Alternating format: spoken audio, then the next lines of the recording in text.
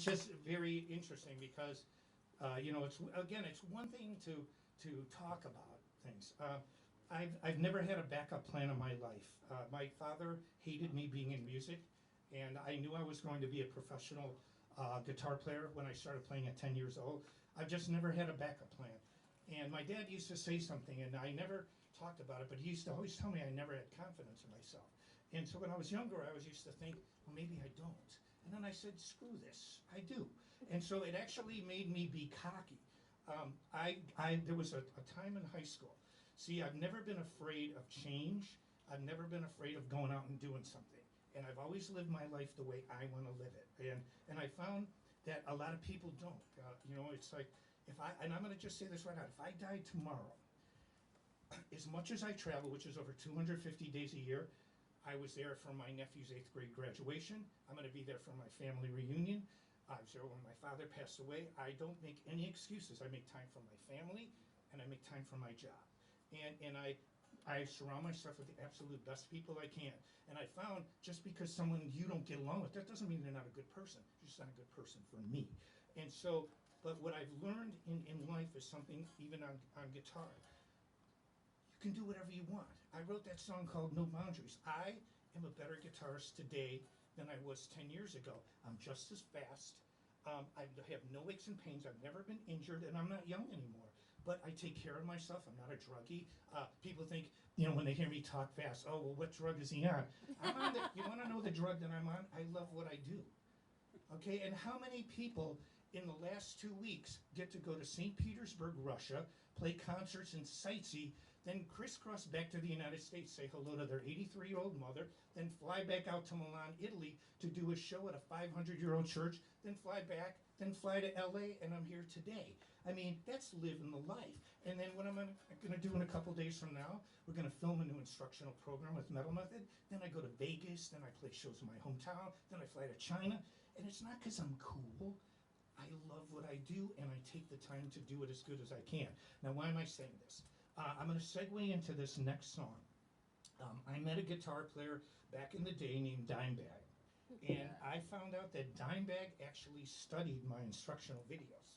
And he actually said on stage, he looked at me, we were in a crowd, and I was in Orlando, Florida. There was nobody in the audience. Pantera was an unknown band, and I was pretty easy to spot. And he looks at me, there's nobody around me. He goes, is that Michelangelo? I'm like, yeah! He goes, dude, I got your instructional videos, bro. He goes, you're like my guitar teacher, dude. And so what happened was I got to know Dime. Now, I can't say he was my best friend, but then he said Pantera is going to dedicate the Night of Music to Michelangelo. I was like, cool. So I want to dedicate some music to him. Let's pick. Nice. This guitar. But see, Dime was I really loved his guitar playing because he, again, a lot of people copied his sound because he did that scooped mid-range sound. See, I never copied him because, even Jimi Hendrix, I didn't know this a long time ago, but I'm going to say something that's probably sacrilegious. Hendrix was not really, when I look back, a huge influence on me ever. And I didn't understand that, but age brings wisdom, hopefully, unless you're nuts. And even that sometimes it brings wisdom. But I'll tell you why I was more Eric Clapton. If somebody said, I never gravitated, even as much as I liked Eddie Van Halen, I never gravitated towards those one-off performances. For example, Voodoo Child. Okay, when he goes, wow, wow, wow, wow, you cannot duplicate that. And so it's a one-off performance. See, whereas I was more of a musician like Paganini, that those performances can keep being repeated over and over, or Bach, or Beethoven, or Mozart.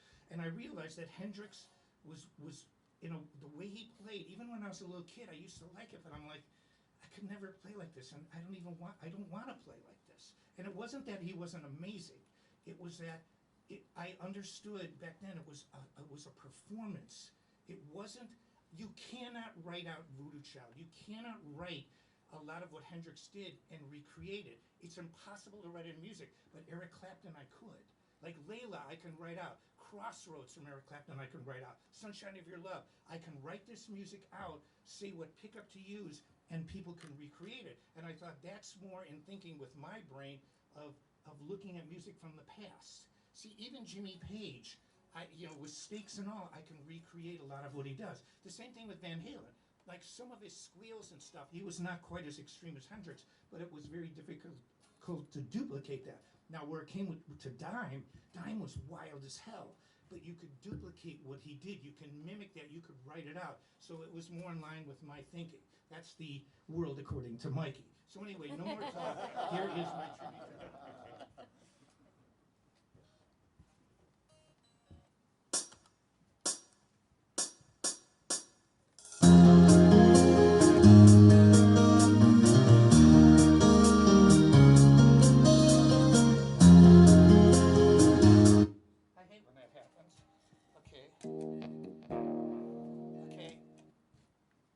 Stupid.